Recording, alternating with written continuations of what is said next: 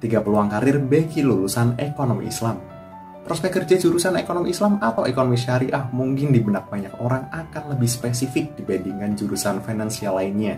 Namun, jangan salah, hal tersebut justru bisa menjadi potensi yang sangat besar untuk mengembangkan sektor keuangan dan ekonomi syariah. Mengingat saat ini Indonesia telah naik ke peringkat 4 dari peringkat 5 dunia untuk pengembangan keuangan syariah setelah Malaysia, Saudi Arabia, dan Uni Emirat Arab.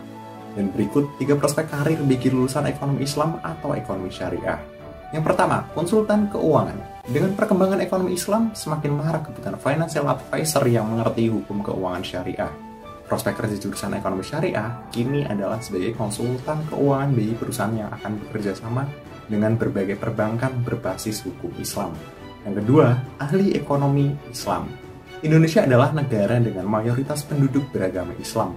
Maka dari itu tidak mungkin bila perputaran ekonomi di negara ini nggak menyenggol hukum keuangan Islam. Ya, ahli ekonomi Islam adalah salah satu prospek karir bagi lulusan ekonomi Islam. Yang ketiga, financial analyst. Prospek kerja terakhir yang bisa kamu tekuni sebagai lulusan jurusan ekonomi Islam adalah sebagai financial analyst. Dalam profesi ini biasanya kamu berperan untuk meneliti, mengidentifikasi, dan mengevaluasi hasil keuangan suatu perusahaan.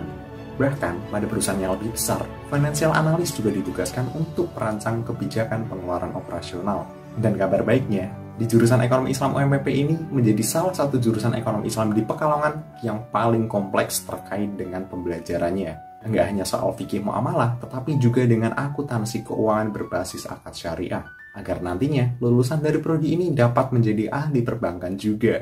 Yuk kuliah di UMPP dan wujudkan impianmu.